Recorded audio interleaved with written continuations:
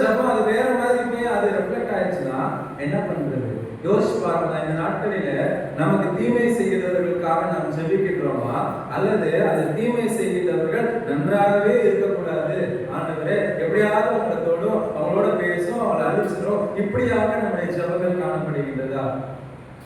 நான் ஆலயத்திற்கு வருகிறோம், வந்து ஒருத்தரை மன்னிக்கவே முடியாத அளவுக்கு இருந்துகிட்டு நான் ஆண்டவரிடத்துல ஒருக்கமாக உருகி நின்று நான் ஜபம் பண்ணேன்னா ஆண்டவர் கண்டிப்பாக அந்த அவரை பதிலே தரவே மாட்டார். அந்த ஜபத்தை அங்கீகரிக்கவே மாட்டார், அந்த ஜபத்தை கேட்கவே மாட்டார். வருவதற்கு முன்பாக என்ன பண்ணணும்னா சகோதரனை போய் ஒப்புரவாயிடலாம். அதான் மத்தேயு 5:25 வாசிக்கலாம். மத்தேயு 5:25 எதிராளி உன்னை நியாயாதிபதியினிடத்தில் ஒப்புப்படாமலோ, நியாயாதிபதி உன்னை தேர்ந்தனிடத்தில் ஒப்புப்படாமலோ, நீ சிறைச்சாலையில் வைக்கப்படாமலும் இருக்கும்படியாக நீ உன் எதிராளியோடு வழியில் இருக்கும்போதே சீக்கிரமாய் அவனுடனே நல்மணம் கொண்டு. மத்தேயு 25:23 வாசிங்க. ஆகையால் நீ பலிபீடத்தினிடத்தில் உன் காணிக்கையை செலுத்த வந்து உன் பேரில் உன் சகோதரனுக்கு குறை உண்டென்று அங்கே நினைவு கூறுவாயானால் அங்கேதானே பலிபீடத்தின் மேல் அங்கேதானே பலிபீடத்தின் உன் காணிக்கையை வைத்து விட்டு போய் முன்பு உன் சகோதரனுடைய ஒப்புரவாகி பின்பு வந்து உன் காணிக்கையை செலுத்து. இங்க சொல்றாரு, என்ன பண்றாருன்னா, நீ பலிபீடத்திலிருந்து உன் காணிக்கையை செலுத்த வந்து உன் பேரில் உன் சகோதரனுக்கு குறை உண்டு என்று அங்கே நினைவு கூறுவாயாக. என்ன பண்றாரு, ஃபர்ஸ்ட் அதை போய் வச்சுட்டு போய் ஒப்புரவு ஆகிட்டு வந்து அந்த காணிக்கை எனக்கு கொடு. ஒப்புரவே ஆகாம எனக்கு காணிக்கை நீ கொடுத்தீங்கன்னா அந்த காணிக்கையில நான் பிரியமாக இருக்க மாட்டேன். அதான் சொல்றாரு, மன்னியுங்கள், மன்னித்து ஜெபியுங்கள், ஒருவரோட சேர்ந்து ஜெபியுங்கள் என்று சொல்லி கர்த்தர் இந்த நாளில நம்மிடத்துல எதிர்பார்க்கிறோம். அதற்கு தொடர்ச்சியாக தான் அடுத்து சொல்றாரு, ஒரு மனப்பாட்டுடன் ஜெபம் பண்ணுங்கள். ஆலயத்துல வரும் இந்த நாள் ஆலயத்துல இல்லாத முக்கியமான ஒரு விஷயம் என்னன்னா இந்த ஒரு மனம் தான். ஆதி அப்போஸ்தல காலத்துல பாத்தீங்கன்னா அந்த சீஷர்கள் என்ன பண்ணாங்கன்னா ஒருமனப்பட்டவர்களாக ஜெபத்திலும் வேண்டுதலிலும் என்ன பண்ணாங்க, தரித்திருந்தாங்க. இந்த நாளில் யோசிச்சு பார்க்கலாம். ஏன்னா நம்முடைய சபைகளை பற்றி அநேக குற்றம் சொல்றது என்ன தெரியுமா, இந்த சபைகள் ஆவியானவருடைய கிரியே இல்லை, ஆவியானவர் இந்த சபையிலே இல்லை. உண்மையா நல்லா யோசிச்சு பார்க்கலாம். ஏன் அப்படி இல்லை அப்படின்னு சொல்றாங்கன்னா, அந்த ஆதி அப்போஸ்தல காலத்துல அந்த சீஷர்கள் ஆண்டவர்கள் கொடுத்த வார்த்தையை நம்பி எல்லோரும் ஒருமனப்பட்டவர்களாக என்ன பண்ணாங்க, ஜெபத்திலும் வேண்டுதலிலும் தரித்திருந்தார்கள். இதனால நம்மளால ஒருமனமே பண்ண முடியாத அளவுக்கு மிக தந்திரமான காரியங்கள் நமக்குள்ளாக பதவி கிடைக்கின்றது. எதிலுமே ஒருமனம் இல்லை, எதிலுமே ஒருமனப்பாடு இல்லை. ஒருமனமே இல்லாம நம்ம என்ன பண்ண முடியும், எப்படி ஜெபிக்க முடியும், எப்படி பிறருக்கு நாம் மன்னிப்பை கொடுக்க முடியும். இதனால ஆலயங்களிலும் சரி சபைகளிலும் சரி இந்த ஒருமனம் இல்லாத காரணத்தினால ஆலயத்துக்கு நான் எதுக்கு வரேன், ஆண்டவரை மட்டும் நான் தேடணும், ஆண்டவரை மட்டும்தான் நான் விசுவாசிக்கணும். அந்த ஒரு நம்பிக்கை எனக்கு இந்த ஒருமனம் இருந்துச்சு என்று சொன்னா நான் ஆண்டவரிடத்தில் கேட்கின்ற என்னுடைய ஜெபத்தை ஆண்டவர் எனக்கு கொடுப்பார். மாறாக நம்ம என்னென்ன காரியங்களிலே ஒருமனப்பட்டு கொண்டிருக்கின்றோம் தெரியுமா? அதுல ஒரு 2 காரியங்களை நான் எடுத்துக்கிட்டேன். அது ஒன்று வாசிக்கலாம். அப்போஸ்தலர் 7:57 அப்போஸ்தலர் 7:57. அப்பொழுது அவர்கள் உரத்த சத்தமாய் கூட்டமிட்டு தங்கள் காதுகளை அடைத்துக் கொண்டு ஒருமனப்பட்டு அவன் மேல் பாய்ந்து போதும் கூக்குரலிட்டு காதுகளை அடைத்துக் கொண்டு ஒருமனப்பட்டு அவன் மேல பாயிறாங்க. யார் மேல? ஸ்தேவான். ஸ்தேவான் என்ன பண்ணாங்க, கல்லெறிச்சு கொலை பண்ணாங்க. எதுக்கு ஒருமனப்பட்டாங்கன்னா ஒரு மனுஷனை கொலை பண்றது. ஏன் அந்த மனுஷன் என்ன பண்ணான், ஊழியம் பண்ணான், ஆண்டவருடைய சுவிசேஷத்தை பிறருக்கு அறிவித்தான். அது நிமித்தமாக என்ன பண்ணாங்க, இப்பெல்லாம் ஒருமனப்பட்டு என்ன பண்ணாங்க, கல்லெறிச்சு கொலை பண்றாங்க. இந்த நாட்கள்ல யோசிச்சு பார்க்கலாம், ஒரு மனுஷனை பழி வாங்கணும்னு சொல்லி முடிவு பண்ணிட்டீங்கன்னா என்ன பண்றோம்னா ஒருமனப்படுறோம். இந்த ஒருமனத்தையாக கடவுள் விரும்புகின்றார். ஒரு மனுஷனை கொலை பண்ணணும், கொலை பண்றதுதான் அடுத்த பட்சம் தான். இந்த நாள்ல என்ன பண்றோம், ஒரு மனுஷனை பழி வாங்கணும், எப்படியாவது ஏற்ற சமயத்துல அவர் பண்ணணும்னா என்ன பண்ணணும், ஒரு மனுஷனுக்கு விரோதமா 10 பேர் கூட்டம் போடுறோம். ஜபம் பண்றதுக்கு ஒருமனம் பண்றோமோ இல்லையோ, ஒருத்தனை காலி பண்ணுறதுக்காக நம்ம என்ன பண்றோம், ஒருமனம் பண்றோம். அதனாலதான் சபைகளில ஏற்படுகின்ற ஜபங்கள் கேட்க முடியாமல் போகுது. ஆதி அப்போஸ்தலர்கள் என்ன பண்ணாங்க? ஒருமனப்பட்டு ஆண்டவருடைய சமூகத்திலே ஜெபத்திலும் வேண்டுதலிலும் கரித்திருந்தார்கள், காத்திருந்தார்கள். இந்த நாள்ல நம்மளும் வந்து கூடுறோம். நமக்கு ஒரு மனசு இருக்கா? வந்து இங்க உட்கார்ந்ததுக்கு அப்புறம் தான் என்ன ஆகும்? மனசு அலைப்பாயும். ஏன்னா வந்ததுக்கு இங்க உட்கார்ந்ததுக்கு அப்புறம் தான் என்ன பண்ணுவோம்? வீட்டுல கதவை உள்ள போட்டேன்னா, சிலிண்டர் ஆஃப் பண்ணேன்னா, அடுப்பு ஆஃப் பண்ணேன்னா, வெளியே என்னோட காஸ்ட்லியான செருப்பு போட்டு வந்திருக்கேன்னா போற வரைக்கும் இருக்குமா? இதெல்லாம் மனசுல ஓடிக்கிட்டு இருக்கிறதுனால நம்ம என்ன பண்றோம்? என்னன்னா ஆண்டவரிடத்துல நான் ஜெபிக்க முடியவில்லை, ஒரு கான்சென்ட்ரேஷனோட ஆண்டவருடைய சமூகத்துல உட்கார்ந்து ஜெபிக்க முடியாத ஒரு மனிதனாக நான் வாழ்ந்து கொண்டிருக்கிறேன். சபையில எப்பேற்பட்ட ஒருமனங்கள் இந்த நாட்களிலே காணப்படுகின்றது என்று சொல்லி யோசனை. அடுத்தபடியாக இன்னொரு நிகழ்வு அப்போஸ்தலர் 5ஆம் அதிகாரத்தை எடுக்கலாம். அப்போஸ்தலர் 5ஆம் அதிகாரத்துல இங்க 2 பேர் பார்த்தீங்கன்னா ஒருமனப்பட்டாங்க. 9ஆம் வசனத்தை வாசிங்க.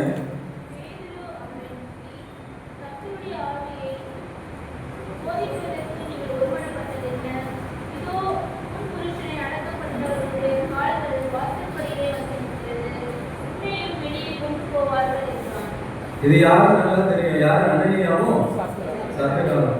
இங்க எதுல ஒருமனப்பட்டாங்கன்னு சிம்பிளா சொல்லிருக்கேன். பொய் சொல்றதுக்கு 2 பேரும் ஒருமனப்பட்டாங்க. இதனால யோசிச்சு பார்க்கணும்.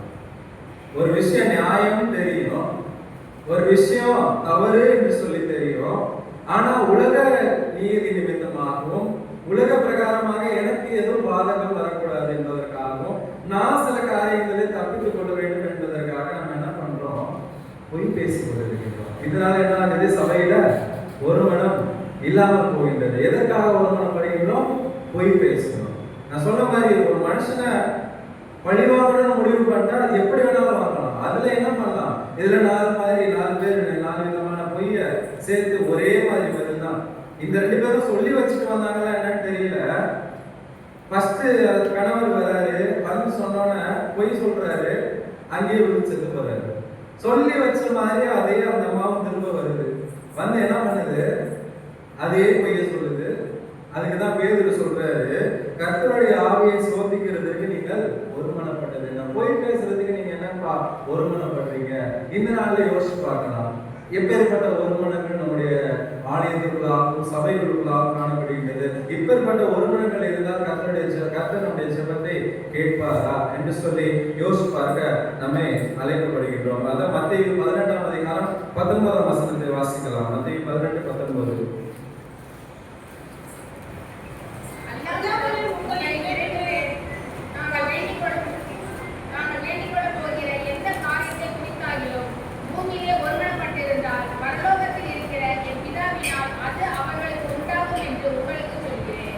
நாங்கள் வேண்டிக் கொள்ள போகிற எந்த காரியத்தை குறித்தாகிலும் பூமியிலே ஒருமனப்பட்டிருந்தார். உங்களில் 2 பேர், அவன் பைபிள் சொல்ற இயேசு சொல்றதுல 2 பேர் ஒருமனமா இருக்க பார்க்கலாம் அப்படின்னு சொல்றாரு. ஒரு சேலஞ்சாக எடுத்துக்கலாம்.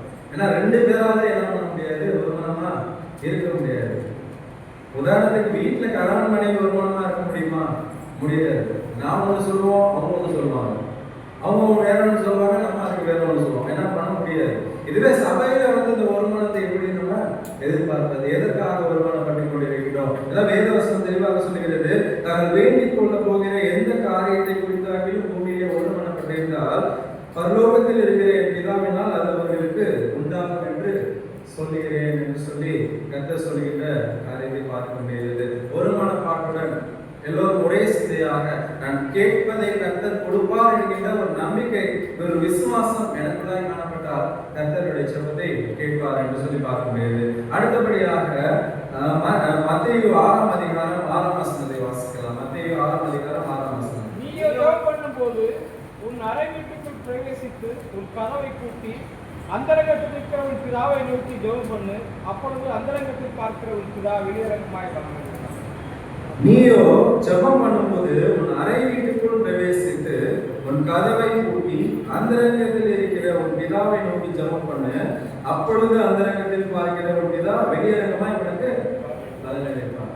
நான் பண்ற ஜெபம் கடவுளுக்கு கேட்கிறோமா அல்லது பக்கத்துல இருக்க மனுஷனுக்கு கேட்கிறோமா?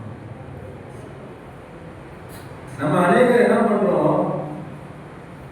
இவங்க ரொம்ப ஜெபம் பண்ணுவாங்க, இவங்க ரொம்ப நல்லா ஜெபம் பண்ணுவாங்க அப்படின்னு சொல்லி யாராவது சொல்லிட்டா போதும், ஒன்றும் ஒரு உற்சாகம் வந்துடும்.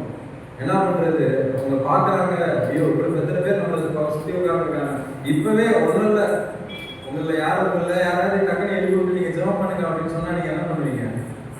எல்லாரும் நம்மளை பாக்குறாங்க, அதற்காகவே நான் அதெல்லாம் என்ன பண்ணணும், நான் ஜெபம் பண்ண வேண்டும். ஜெபம் பண்ற நோக்கமே என்னாச்சு, போயிடுச்சு.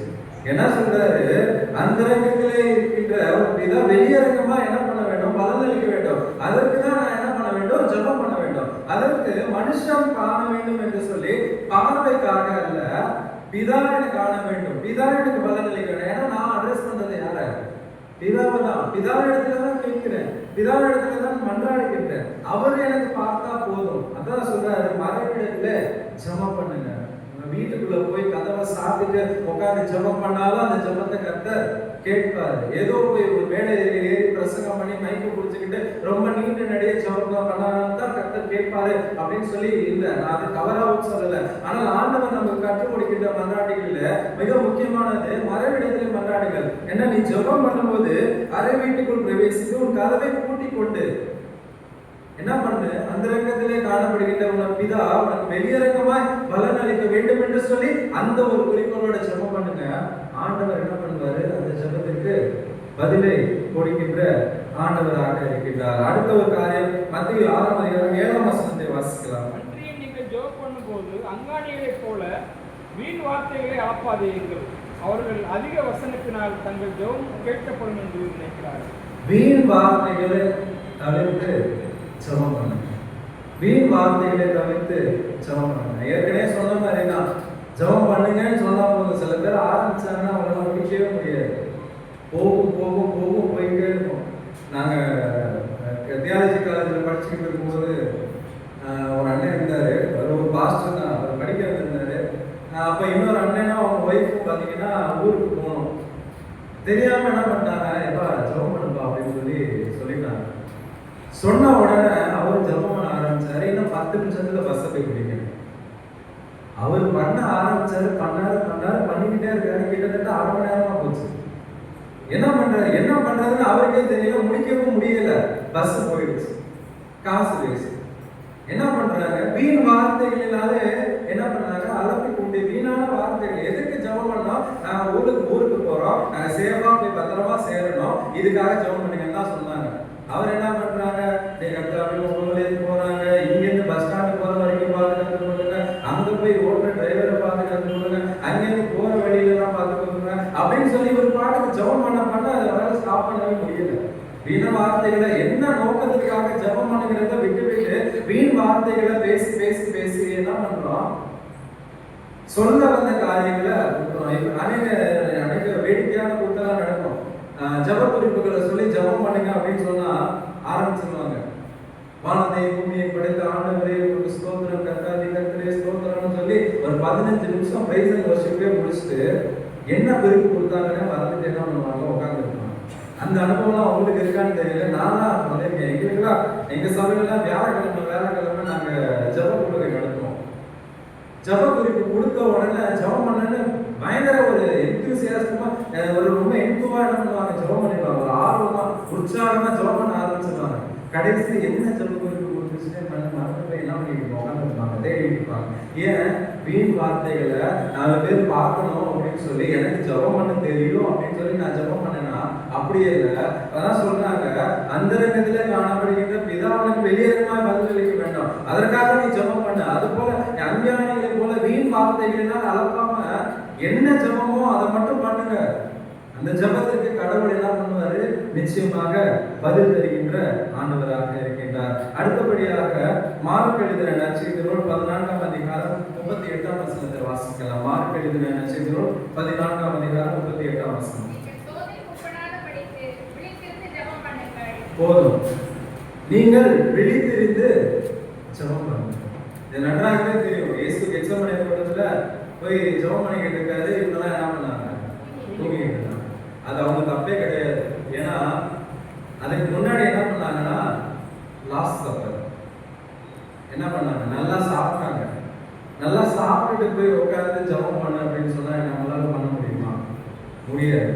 அதுதான் அவங்க பண்ணிக்கிட்டு இருந்தாங்க. இந்த நேரத்துல நாம பார்க்கணும், இன்னைக்கு நல்ல நைட் பிரேயர் கூப்பிட்டு நைட் பிரேயர் ஆரம்பிக்கிறதுக்கு முன்னாடி நல்ல டிஃபன் டின்னர் கொடுத்துட்டு ஜெபம் பண்ணுங்கன்னா எத்தனை பேர் ஜெபம் பண்ண முடியும்? முடியாது. சாப்பிட்டா ஆட்டோமேட்டிக்கா என்ன ஒரு சோறு வந்துடும். அது மாதிரிதான் அந்த சீசன்ல என்ன பண்ணாங்க, தூங்கிட்டு இருந்தாங்க. ஆனா ஆண்டவர் சொல்றாரு, நீங்க சோதனை உட்படாதபடி விழித்திருந்து ஜெபம் பண்ணுங்க. அவர் என்ன பண்றாரு, இது ஒரு அர்த்தத்தை நம்ம எப்படி எடுத்துக்கொள்ளோம்னா, விழித்திருந்து ஜெபம் பண்ணுங்க. எதற்கு விழித்திருந்து?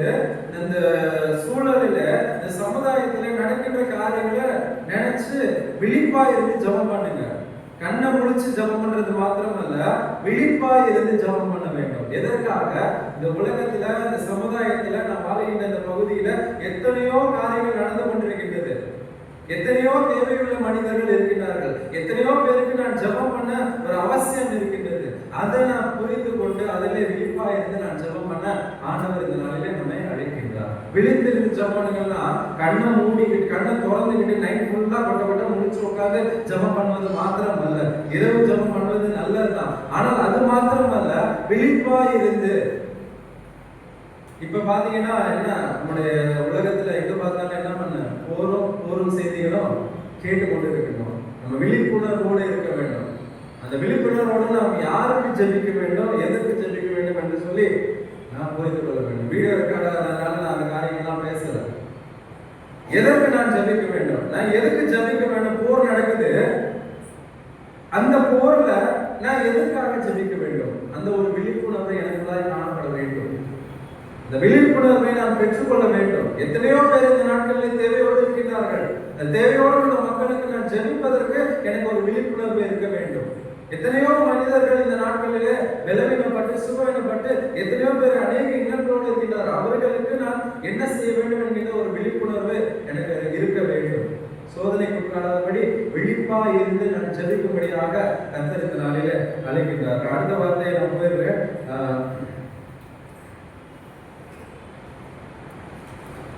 எல்லாவற்றுக்கும் நான் என்ன செய்ய வேண்டும் என்று சொன்னால், யோவான் 15ஆம் அதிகாரம் 7ஆம் வசனத்தை வாசிங்க. யோவான், நீங்கள் என்னிலும் என் வார்த்தை உங்களிலும் நிலைத்திருந்தால் நீங்கள் கேட்டுக்கொள்வது எதுவோ அது உங்களுக்கு செய்யப்படும்.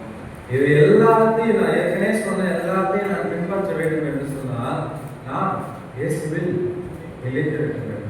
நிலைத்திருக்கும் போதுதான் நீங்கள் என்னிலும் என் வார்த்தைகள் உங்களிலும் நிலைத்திருந்தால் நீங்கள் கேட்டுக்கொள்வது எதுவோ அது உங்களுக்கு செய்யப்படும். இந்த வசனம் இங்கே கேட்ட மாதிரி இருக்குல்ல எல்லாருக்கும்? சூப்பர், ரொம்ப சந்தோஷமா இருக்கு. போன வருஷத்துக்குரிய வாக்கு, நீங்கள் என்னிலும் என் வார்த்தைகள் உங்களிலும் நிலைத்திருந்தால் நீங்கள் கேட்டுக்கொள்வது எதுவோ அது உங்களுக்கு செய்யப்படும். அதனால யோசிச்சு பார்க்கலாம், ஏன் செய்யப்படல? நான் கேட்கறது எதுவுமே ஏன் செய்யப்படல? நான் கேட்கிற ஜபங்கள் ஏன் கேட்கப்படல? ஏன் ஆண்டவருடைய ஜபத்திற்கு செவி கொடுக்காமல் இருக்கின்றார்? ஏன்னா நான் அவருக்குள்ள நிலைத்திருக்கல, அவருடைய வார்த்தை எனக்குள்ளாக இல்லை. யோசிச்சு பார்க்கலாம், எத்தனை பேர் எனக்கு வார்த்தை தெரியும், ஆனா வார்த்தை சரியான நேரத்துல அது எனக்கு உதவி செய்கின்றதா அப்படின்னு சொல்லி தெரியும். நம்ம இதனால வசனத்தெல்லாம் நம்ம என்ன பண்ணிருக்கோம், கரைச்சு குடிச்சு வச்சிருக்கோம். அதுல நமக்கு நல்லா மனப்பாடமா சில விஷயம்லாம் சொல்லுங்கன்னு சொன்னா நம்ம அநேக காரியங்களை சொல்லுவோம். இப்ப உதாரணத்துக்கு 10 கட்டளை எல்லாம் சொன்னோம், என்ன பண்ணுவோம், 10 கட்டளை சொல்லுங்கன்னா மனப்பாடமா பண்ணுவோம். ஏன்னா சின்ன வயசுல இருந்து நம்ம கத்துக்கிட்டதும் இல்லாம நம்ம பிள்ளைங்களுக்கும் என்ன பண்ணுவோம், சொல்லுவோம். இது என்ன, இதெல்லாம் கடவுளுடைய வார்த்தை, சரியா? இப்ப உதாரணத்துக்கு ஒன்று சொல்றேன். அந்த 10 கட்டளையில ஒரு கட்டளை இருக்கு, பொய் சொல்லாது. யோசிச்சு பாருங்க, இந்த வார்த்தைக்குள்ளாக நான் எழுந்திருக்கின்றேனா? களவு செய்யாது இருப்பாங்க. களவுனா ஒரு வீட்டை பூட்டை உடைச்சு போய் திருடிட்டு வர்றதுலாம் இல்லை. மற்றவங்களுக்கு கிடைக்க வேண்டிய காரியத்தை கிடைக்க விடாதபடி நான் அபகரித்துக் கொள்வதும் என்ன, அது களவு தான். மனத்தபடியாக இன்னொன்று பார்க்கின்றோம், பிறருக்குண்டான யாவரையும் ஈஸியாக இருப்ப. இது என்ன நல்லா பார்த்தீங்களா? நான் சொன்ன ஆரம்பிக்கிறேன், நீங்க முடிச்சிருங்க. கர்த்தருடைய வார்த்தை உங்களுக்குள்ளாக இருக்கு, இல்லைன்னு சொல்லல. ஆனா சரியான நேரத்துல அது செயல்படுதா அப்படின்னா என்ன, அந்த வார்த்தை எனக்குள்ளாக இருக்கு, ஆனா நிலைத்து இருக்கவில்லை. அது வருது, கேட்கும் போது என்ன ஆகுது, சந்தோஷமா ஏற்றுக்கொள்கின்றேன். இயேசு சொன்ன உண்மை மாதிரிதான், வலியறிக்கை விதைக்கப்பட்ட விதைகள் மாதிரிதான். கேட்கும் போது நல்லா சந்தோஷமா ஏற்றுக்கிட்டு அப்புறம் என்ன பண்ணணும், பிசாசு வந்து அதை எடுத்துக்கொண்டு போகின்ற ஒரு சூழல். அதே மாதிரிதான் முட்களுள்ள இடங்களிலே போடப்பட்ட விதைகள் அது நல்லா வளர்ந்து வரும். அதுக்கப்புறம் என்ன புல்லு வளர்ந்து அதை வளர விடாமல் தடுத்து. என்ன உலகமும் அதனுடைய ஆசை இச்சைகளும் என்ன என்னை நெருங்குகின்றது. எதற்கு? கடவுளுடைய வார்த்தை காட்டிலும் இது எனக்கு அதிக இன்பமாக காணப்படுகின்றது. அதான் முதல்ல பாவம் செஞ்ச ஆதாரங்கள் அதான் பண்ணாங்க. வேற ஒண்ணுமே பண்ணல. அந்த பழத்துல ஒரு பாவமும் இல்லை. ஆண்டோடைய வார்த்தை சொல்லிட்டாரு. ஆண்டவர் சொல்றாரு, நீங்கள் இதை புசிக்கும் நாளிலே சாகவே சாவீர்கள் அப்படின்னு சொல்லிட்டாரு.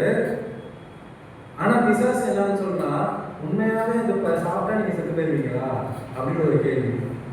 அந்த நேரத்துல என்ன ஆச்சு? ஏன் நம்ம சாப்பிட்டதான் பார்ப்போமே அப்படிங்கிற ஒரு கேள்வி அந்த அம்மாக்குள்ள வந்துருச்சு. உடனே அந்த அம்மா பறிச்சு சாப்பிடுறாங்க, அவங்க வீட்டுக்காரருக்கு போய் கொடுக்குறாங்க. அப்படி என்னாச்சு? உலகத்திற்குள்ளாக பாவம் கொண்டு வந்தது. இதனால யோசிச்சு பார்க்கலாம், கடவுளுடைய வார்த்தை எனக்குள்ளாக இருக்கின்றது, ஆனால் அதிலே நான் நிலைத்திருக்கின்றேனா? கடவுளோடு நான் நிலைத்திருக்கின்றேனா? எனக்குடைய ஜெபங்கள் ஏன் கேட்கப்படவில்லை? இதற்கு தான் பதில். நீங்கள் என்னிலும் என் வார்த்தைகள் உங்களிலும் நிலைத்திருந்தால் நீங்கள் கேட்டுக்கொள்வது எதுவோ அது உங்களுக்கு செய்யப்படும். எல்லாம் எனக்கு தெரியும், ஆனால் ஏன் செய்யப்படவில்லை? நான் இன்னும் நிலைத்திருக்க முடியாத ஒரு வாழ்க்கை நான் வாழ்ந்து கொண்டிருக்கிறேன் என்று சொல்லி நான் புரிந்து கொள்ள அழைக்கப்படுகிறேன். கடைசியாக நான் பண்ற ஜபம் எதுவுமே என்னுடைய பெருமைக்கோ இந்த சபையுடைய பெருமைக்கோ அல்ல, ஆண்டவருடைய நாமம் மகிமைப்பட வேண்டும் என்பதற்காகவே நாம் அழைக்கப்படுகின்றோம். யோவான் 14ஆம் அதிகாரம் 13ஆம் வசனத்தை வாசிக்கலாம். யோவான் 14:13. நீங்கள் என் நாமத்தினாலே எதை கேட்பீர்களோ குமாரனை பிதா மகிமைப்படும்படியாக அதை செய்கிறேன். நீங்கள் என் நாமத்தினாலே எவைகளை கேட்பீர்களோ சொல்லுங்க. பிதா மகிமைப்படும்படியாக அதை செய்வேன் சொல்லிட்டார். ஆண்டவர் சொல்லிட்டார். அவர் சொல்ற முதல் கண்டிஷன் என்ன? என் நாமத்தினாலே எதை கேட்பீர்களோ. இயேசு கிறிஸ்துவுக்கு என்னங்க நாமம்? இயேசு கிறிஸ்துவுக்கு ஒரு நாமம். உதாரணத்துக்கு நான் சொல்றேன். இயேசு சீஷரை கூப்பிட்டு கேட்கிறாரு, எல்லாரும் என்னை பத்தி என்ன பேசிக்கிறாங்க, என்னை யாரு சொல்றாங்க அப்படின்னு சொல்லும்போது அவங்களாம் பதில் சொல்றாங்க.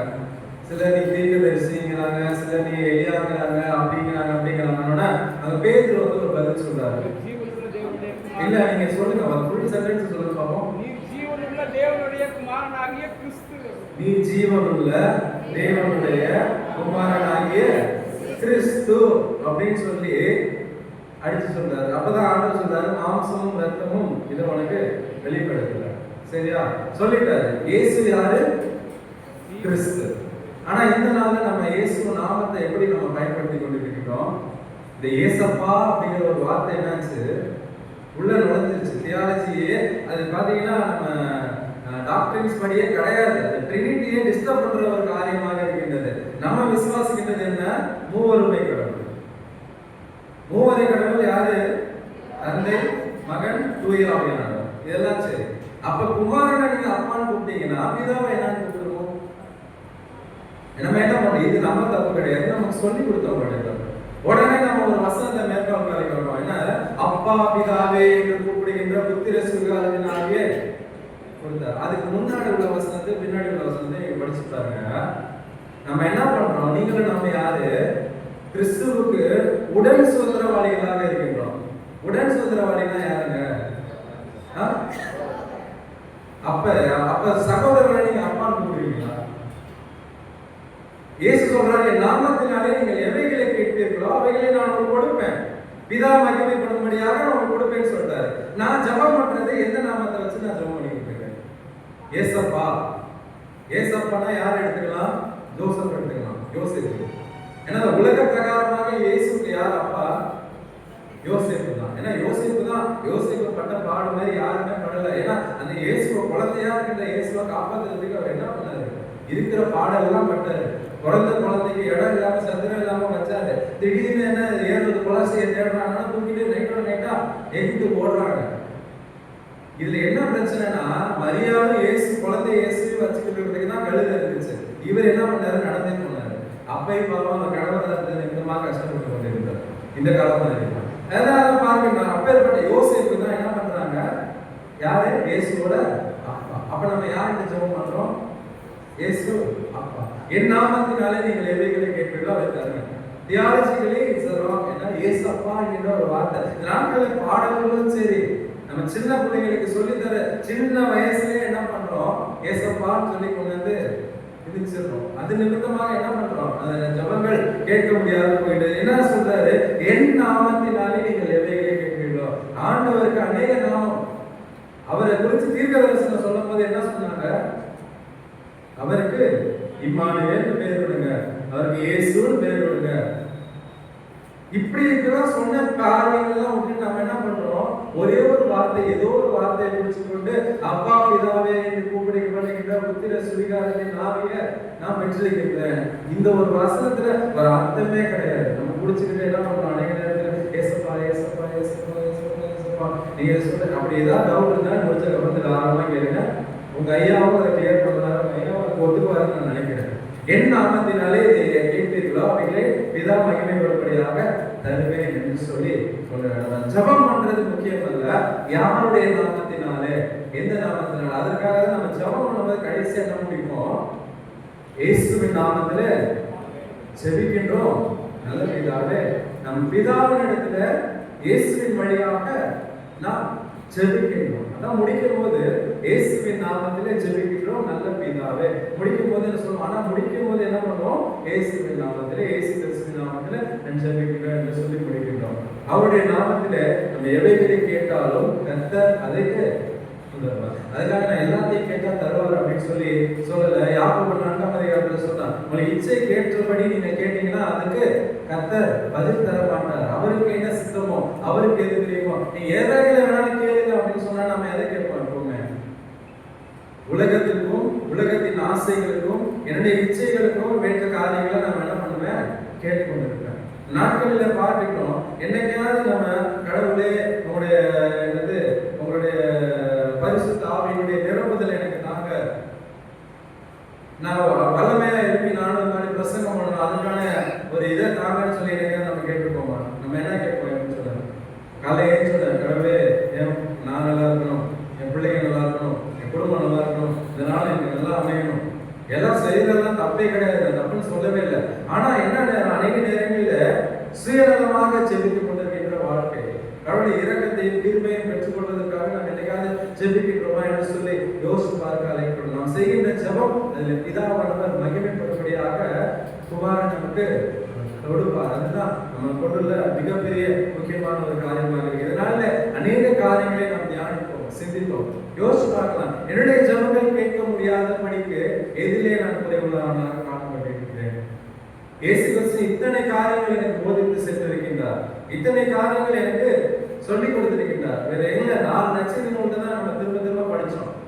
4 நட்சத்திர நூல்ல நான் எவ்வாறு ஜெபிக்க வேண்டும் என்று சொல்லி இயேசு கிறிஸ்து எனக்கு கற்றுக் கொடுத்திருக்கின்றார். நான் என்ன செய்து கொண்டிருக்கிறேன், என்னுடைய ஜெபம் கேட்கப்படவில்லை, எதிலே நான் குறைவுள்ளவனாக இருக்கிறேன் என்று சொல்லி இந்த நாளிலே நம்மை நாமே சோதித்து பார்க்க, சிந்தித்து பார்க்க கர்த்தர் நம்மை அழைக்கிறார். இந்த மன திரும்புதலின் காலத்துல உண்மையாகவே மெய்யாகவே ஒரு நல்ல ஒரு மாற்றமும் கடவுளோடு ஒப்புரவாக வேண்டும் என்று சொன்னால் உபவாசமும் ஜெபமும் நம்மை வழிநடத்தும். இந்த ஜெபத்திலே எவைகளிலே நான் குறைவுள்ளவனாக காணப்படுகிறேன், இன்னும் என்னுடைய ஜெப வாழ்க்கையிலே இதை நான் இன்னும் அதிகப்படுத்த வேண்டும், என்னுடைய ஜெப வாழ்க்கையிலே எதிலே நான் இன்னும் குறைவுள்ளவனாக இருக்கிறேன் என்று சொல்லி என் குறைகளை கண்டு நான் ஆண்டவரிடத்திலே நான் ஒப்பு கொடுத்து நாம் ஜெபிக்கும் போது கர்த்தர் மெய்யாகவே என்னுடைய ஜெபத்தை கேட்டு நான் பதில் கேட்டு உண்மையான மனமாறுதலையும் ஒரு மனமாற்றத்தையும் ஒப்புரவாகுதலையும் கர்த்தர் எனக்கு கொடுத்து இந்த லெந்து காலத்தை எனக்கு ஆசீர்வாதமாய் மாற்றிக் கொடுப்பார் என்கிற ஒரு விசுவாசத்தில இந்த வார்த்தைகளை நாம் ஏற்றுக்கொள்வோம். கர்த்தர் இந்த வார்த்தைகளினால்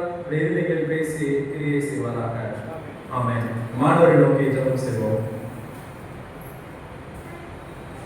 நேசிக்கின்றதான நல்ல அன்பினானே, இந்த நல்ல மாலை வேளையிலும் இந்த சமூகத்தில் கர்த்தாவே சிறிது நேரம் இந்த வார்த்தைகளை நாங்கள் தியானிக்கும்படியாக சிந்திக்கும்படியாக நீ தந்த நல்ல கிருபைகளுக்காக நன்றி செலுத்துகின்றோம்.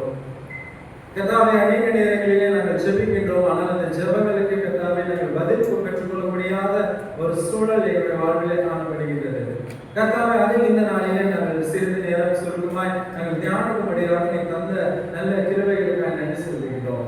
கர்த்தாவே எந்த இடத்திலே நாங்கள் ஜெபிப்பதிலே நாங்கள் குறைவுள்ளவராக இருக்கின்றோம், இன்னும் எதிலே நாங்கள் இன்னும் அதிகமாக நாங்கள் வளர வேண்டும், நாங்கள் எதிலே கர்த்தாவே இன்னும் நித்தியமான ஒரு வாழ்க்கையை, ஜெப வாழ்க்கை வாழ்வதற்கு எங்களை நாங்கள் ஆயத்தப்படுத்த வேண்டும் என்கிற காரியத்தை கர்த்தாவே இந்த நாளிலே நீங்கள் போதித்த கிருபைகளுக்காக நன்றி சொல்கிறோம். கர்த்தாவே நீர் உங்களுடைய சொந்த குமாரன் எங்களுக்கு கற்றுக் கொடுத்த இந்த காரியங்களை என்னுடைய இதயத்தில் நாங்கள் நிலைநிறுத்தி அந்த வார்த்தைகளை நாங்கள் நிலைநின்று கர்த்தாவே உம்மோடு நாங்கள் ஜெபிப்பதற்கு, கர்த்தாவே இன்னும் உம்மோடு கூட நாங்கள் நெருங்கி ஜீவிப்பதற்கும் உம்மோடு நாங்கள் உறவாடுவதற்கும் கர்த்தர் நீர் எங்கள் கிருபையை இரக்கம் பாராட்ட வேண்டும் என்று சொல்கிறோம். இந்த லெந்து காலத்தை கர்த்தாவே ஏதோ கர்த்தாவே மற்றவர்கள் அனுசரிக்கிறது போல நாங்களும் அனுசரித்து சாதாரண ஒரு நிலையாக நாங்கள் கடந்து செல்லாதபடி கர்த்தாவே மெய்யான ஒரு மனமாறுதல் எங்களுடைய வாழ்க்கையிலே நாங்கள் பெற்றுக்கொள்ள, இன்னும் எங்களிடத்திலே காணப்படுகின்ற குறைகள், குற்றங்கள் எல்லாவற்றையும் நாங்கள் ஒப்பு கொடுத்து உம்மிடத்திலே நாங்கள் ஜெபித்து கர்த்தாவே உடைய கிருபையும் இரக்கத்தையும் உடைய வாழ்க்கையிலே நாங்கள் பெற்றுக்கொள்வதற்கு கர்த்தர் நீ கிருபையும் இரக்கம் பாராட்ட வேண்டும் என்று சொல்கிறோம். இந்த நாளிலே வந்து இந்த வார்த்தைகளை கேட்ட ஒவ்வொரு மனதிலும் கர்த்தர் நீ பேசுவீர் என்று சொல்லி நான் விசுவாசிக்கின்றேன்.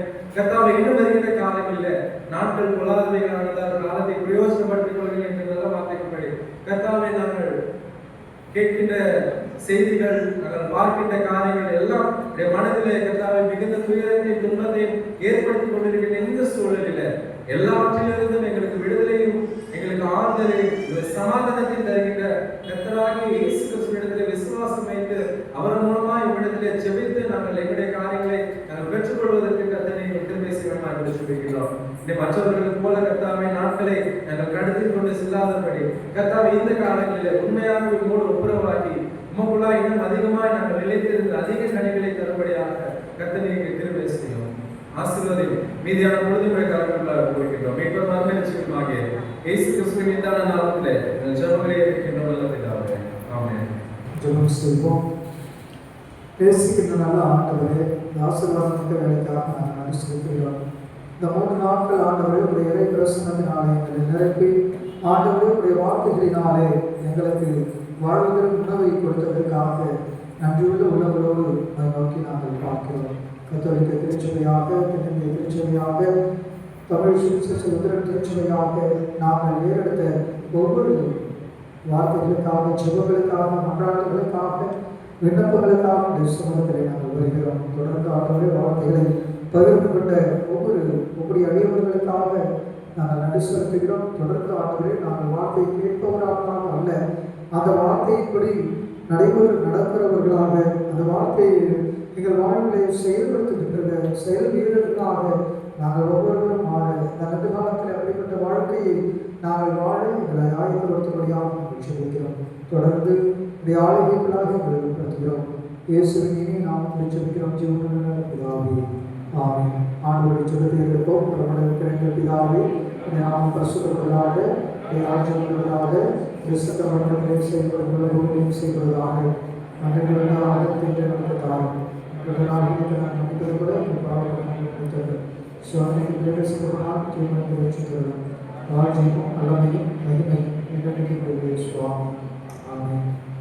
கடவுளுடைய ஆசீர்வாதத்தை பெற்றுக்கொள்வோம். தாய் தந்தையுமாகிய கடவுளுடைய ஆண்டும் ஆண்டவராகிய இயேசு கிறிஸ்துவின் தூய ஆவியானவருடைய வழிநடத்தல், பாதுகாப்பு, பராமரிப்பும் ஆலோசனைகள் நம்மளோடு இருந்து வருங்காலம் முழுவதும் ஆசீர்வதித்து காப்பதாக. ஆமென். என் ஆத்துமாவே கர்த்தரை ஸ்தோத்திரி, என் முழுவதும் பரிசுத்த நாமத்தை ஸ்தோத்திரி. ஆத்துமாவே கர்த்தரை ஸ்தோத்திரி, கர்த்தர் செய்த செயல்பாடுகளை